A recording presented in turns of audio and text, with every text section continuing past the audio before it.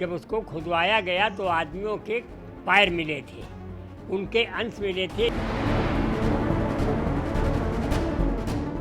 उन लोगों को बीबी घर में मार दिया गया और मार के उसको बंद कर दिया गया। दौर था मई 1857 का। भूत और घोड़ों की धमक की आवाज लोगों के कानों में पड़ते ही अपने रास्ते बदल लिया करते थे। जहां एक और एक ही नारा बुलंद था, अंग्रेजों भारत छोड़ो, तो दूसरी तरफ अंग्रेजों की प्रताड़ना लोगों पर भारी पड़ चुकी थी। इसी बीच मेरठ छावनी में मंगल पांडे ने प्रथम स्वतंत्रता संग्राम की चिंगारी फूंक दी, जो ज्वाला बनकर कानपुर पहुंची। नाना साहब और उनके सेनापति तात्या टोपे ने अंग्रेजों के खिलाफ युद्ध छेड़ दिया। 4 जून को कानपुर पूरी तरह ब्रिटिश गुलामी के चंगुल से आजाद हो गया। इस संग्राम में बीबी घर में छुपे अंग्रेजों का कत्लेआम किया गया। इसकी खबर जब अंग्रेज सेनापति जनरल हैवलॉक को हुई तो आग बबूला हो उठा।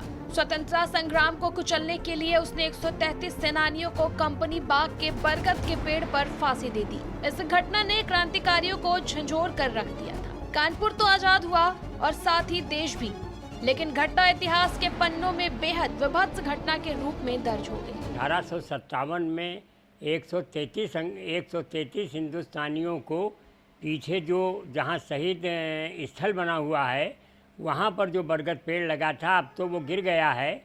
काफ़ी समय तक उसको हम लोगों ने बचाए रखा। गिरने के बाद उसमें मसाला लगा के उसको रोका गया, मगर वो आसपास के लोग जाड़े में सब लकड़ी काट के उठा ले गए। तो वहाँ पर आज भी उनका पत्थर लगा हुआ है जिसमें 133 भारतीयों के नाम दिए हुए हैं। 1.5 सदी तक यह बरगद यहाँ आने वालों को प्रथम स्वतंत्रता संग्राम की गाथा सुनाता रहा, लेकिन फिर उम्र दराज होने और उचित देखभाल न होने के कारण एक दिन धराशाही हो गया। संस्था के कर्ता धर्ताओं ने बूढ़े बरगद की कलम लगाकर उसे फिर से जिंदा करने का सराहनीय काम किया है।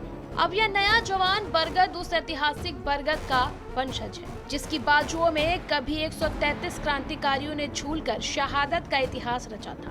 बूढ़ा बरगद मर चुका है, लेकिन इसकी कहानी अब भी जिंदा है, क्योंकि यह बरगद 133 स्वतंत्रता संग्राम सेनानियों के बलिदान का चश्मदीद गवाह है। 1857 स्वतंत्रता संग्राम के दौरान अंग्रेजों ने इसी बरगद पर 133 लोगों को फांसी पर लटका दिया था। अंग्रेजों के खिलाफ लड़ाई लड़ने वाले तात्या टोपे, ज्वाला प्रसाद और अजीमुल्ला खान को भी 1857 में बरगद के पेड़ पर फांसी पर लटका दिया गया था।